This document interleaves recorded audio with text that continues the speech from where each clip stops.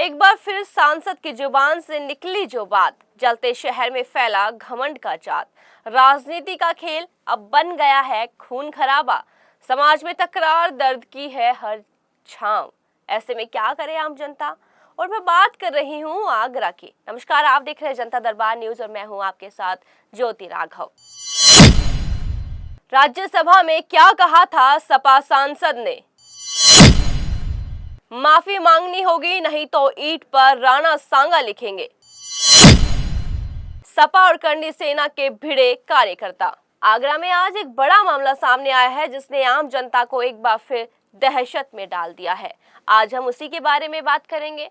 उत्तर प्रदेश के आगरा में जब समाजवादी पार्टी के राज्यसभा सांसद रामली लाल सुमन के घर पर करनी सेना के कार्यकर्ताओं ने हमला कर दिया। इतना ही नहीं, करीब 1000 से ज्यादा करनी सेना के कार्यकर्ता बुलडोजर लेकर सांसद के आवास पर पहुंच गए और जमकर हंगामा कर दिया। कार्यकर्ता ने सांसद के घर पर पथराव किया, झड़पें हुई और कई पुलिसकर्मी भी घायल हो गए। अब यह हमला हुआ क्यों, इस पर भी बात कर लेते हैं। तो यह हमला सांसद रामली लाल सुमन द्वारा राज्यसभा में राणा सांगा को गद्दार कहे जाने के बाद हुआ।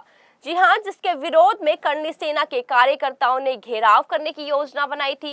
करनी सेना के कार्यकर्ताओं ने सांसद के घर के बाहर रखी करीब 40 से 50 कुर्सियां तोड़ डाली और मेन गेट तोड़कर अंदर घुसने की कोशिश की। इस दौरान उन्होंने पुलिस पर भी पथराव किया।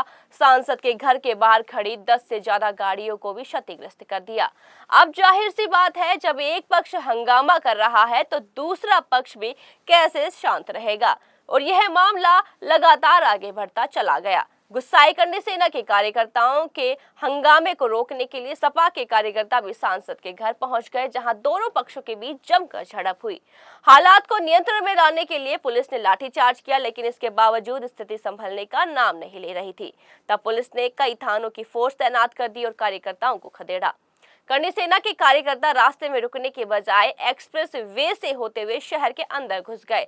पुलिस ने उन्हें रोकने की कोशिश की, लेकिन स्थिति लगातार बिगड़ती गई। वहीं सुरक्षा के दृष्टिकोण से सांसद के घर के दोनों गेट बंद कर दिए गए और पुलिस ने निर्देश जारी किया कि कोई भी घर से बाहर ना निकले। इस हमले के बाद करनी सेना के युवा राष्ट्रीय अध्यक्ष ओकेंद्र राणा ने एक वीडियो जारी किया।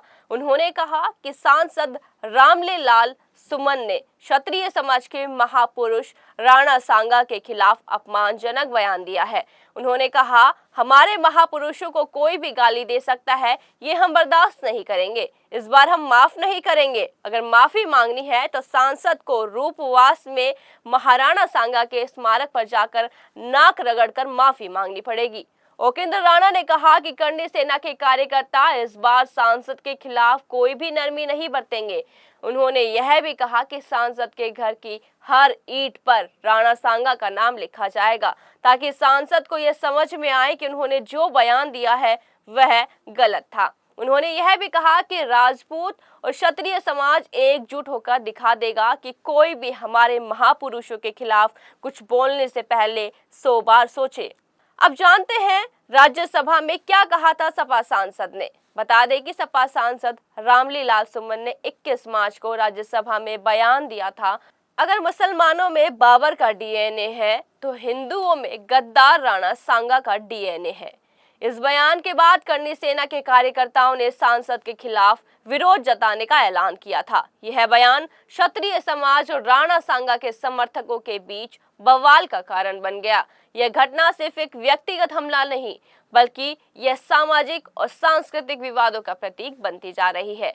सांसद के बयान ने राजपूत और क्षत्रिय समाज को आहत किया, जबकि सपा पार्टी के समर्थकों के बीच भी इस घटना को लेकर तीव्र प्रतिक्रिया हो रही है। ऐसे में सवाल उठता है कि क्या इस प्रकार के विवाद और हिंसा समाज में आपसी सौहार्द को नुकसान नहीं पहुंचा रहे हैं?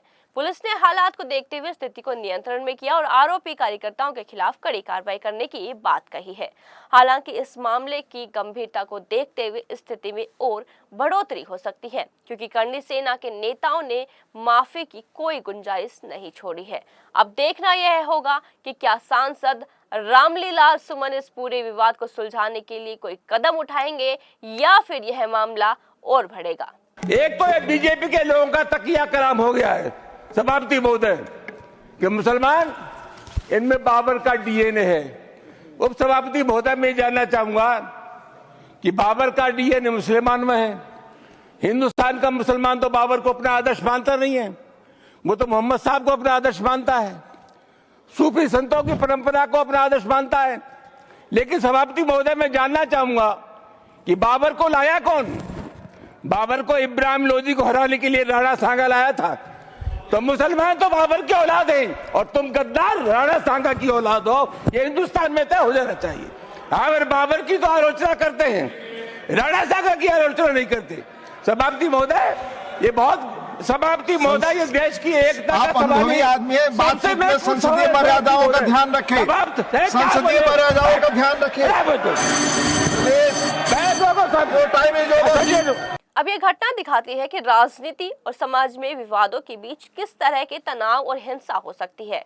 ऐसे मामलों में सरकार और प्रशासन का ये कर्तव्य बनता है कि वे सामाजिक सौहार्द बनाए रखें और ऐसे विवादों को शांतिपूर्वक समाधान ढूंढे। अब यह देखना दिलचस्प होगा कि इस पूरे विवाद का अंत क्या होता है और क्या सांसद सुमन अपने बयान के लिए माफी मांगते हैं, जैसा कि करणी सेना के कार्यकर्ता मांग कर रहे हैं।